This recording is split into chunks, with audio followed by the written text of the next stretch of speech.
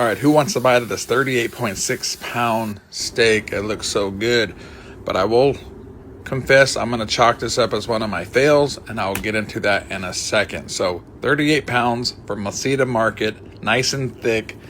So we got to build some flavor. So we're going with the horseradish as a binder, pulling out the Traeger beef rub, going nice and thick on all sides.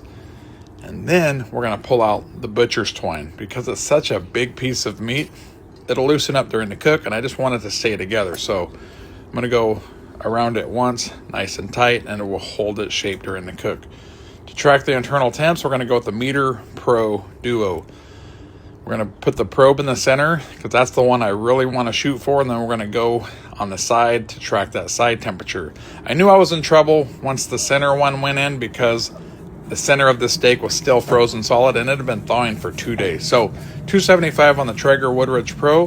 This went for 8 hours. There's no reason why this steak should have went for 8 hours. But being that it wasn't fully thawed, that just tells you make sure your meat is thawed before you go and cook it. So flipping it a few times during the cook, but that center took forever to finally start getting the temperature to go up. So 8:30 in the morning till 4:30 at night, and I was still at about 105 internal in the center core of this. So when I pulled it off, I already knew the center of this was going to be pretty much raw, close to medium rare, but we just missed the mark. So as this was a fail, I knew I was going to chop this up and make a bunch of taco meat anyway. So trust me, the meat was not wasted. So pulled out those probes. I did make a massive disc of compound butter.